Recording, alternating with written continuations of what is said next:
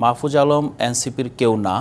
Even আপনারা জানেন যে মাহফুজ আলম এনসিপিতে জয়েন করবে কি করবে না, স্বতন্ত্রভাবে নির্বাচন করবে নাকি বিএনপিতে জয়েন করবে, সেটা নিয়ে কিন্তু কানাঘোষা আছে। বর্তমানে আমরা কিন্তু আশঙ্কা করছি অনেক কিছুরই, কিন্তু বাংলাদেশ এখনও আপনার অস্থিতিশীল হয়ে যায় নাই।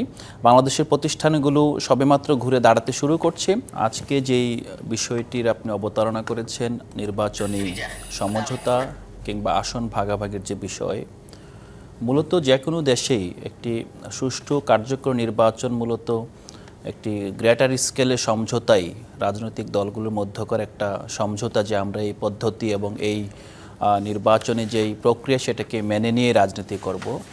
তো সেই প্রেক্ষিতে বাংলাদেশে 2024 সালের গণঅভ্যুত্থানের মাধ্যমে যে বিতাড়িত শক্তি, তারা যেহেতু এখানে দলীয়ভাবে এবং ব্যক্তি হিসেবেও বিভিন্নভাবে আপনার আসামের কাঠগড়ায় দাঁড়িয়ে আছে, পাশাপাশি আমরা জাতীয় রাজনীতিতে তাদের কোনো এই মুহূর্তে অংশগ্রহণ দেখতে পাচ্ছি না, বিচ্ছিন্ন কিছু সন্ত্রাস ছাড়া।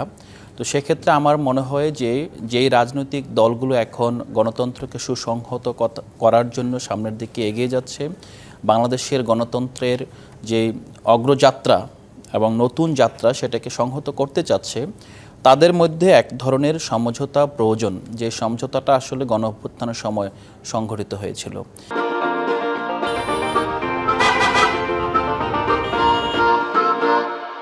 কিন্তু সমঝোতাটাকে যে আসন ভাগাভাগির পর্যায়ে নিয়ে আসাটা, আমার মনে হয় এইটা গণতন্ত্রের জন্য শুভকর নাও হতে পারে।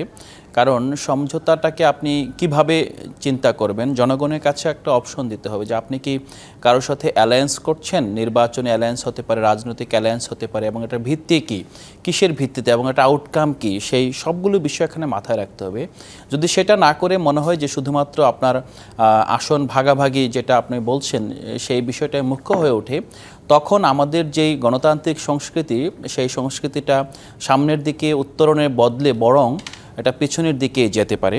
পাশাপাশি আরেকটা বিষয় আমাদেরকে মাথায় রাখতে হবে, পৃথিবীর সব দেশেই এই ধরনের রক্তাক্ত গণঅভ্যুত্থান কিংবা বিপ্লবের পর সেখানকার যে রাজনৈতিক অ্যাক্টরস আছে, পাশাপাশি সামাজিক যে শক্তিগুলো আছে, তাদের মধ্যকার একটা বোঝাপড়া এবং তাদের মধ্যকার একটা সংহতি কিংবা জাতীয় ঐক্য কিন্তু অনিবার্য হয়ে ওঠে।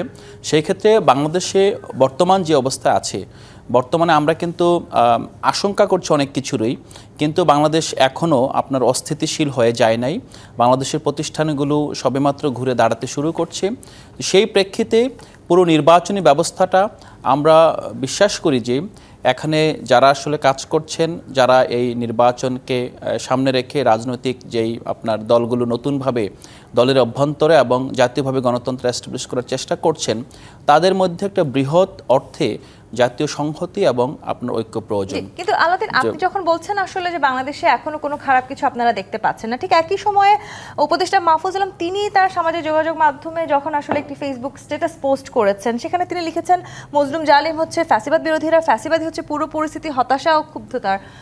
তিনি তো আসলে একটা সময় তরুণদের, অথবা আমি যদি ভুল না করে থাকি এনসিপির আপনারা আসলে যারা এই গণঅভ্যুত্থানের নেতৃত্ব দিয়েছেন, আপনাদের তরফ থেকে তিনি আসলে এক ধরনের, আমি বলতে চাই, এই সরকারে তাকে বসানো হয়েছে।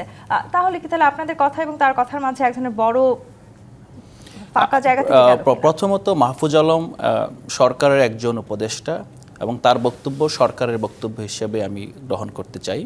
মাহফুজ আলম এনসিপির কেউ না।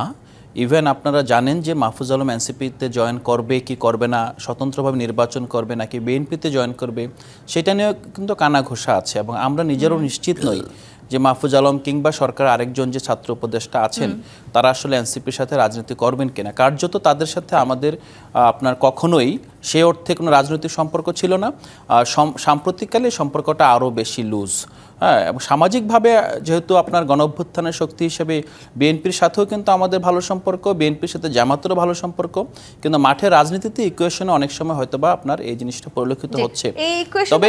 তবে বক্তব্যটা যেটা মাহফুজ আলম যে বক্তব্যটা দিয়েছে, এই বক্তব্যটা কিন্তু কিছুটা সঠিক এবং এই প্রবণতা লক্ষ্য করা যাচ্ছে, কিন্তু এই প্রবণতা এখনো হানাহানি মারামারির পর্যায়ে যায়নি। এই আশঙ্কাটা কথাই বলছিলাম।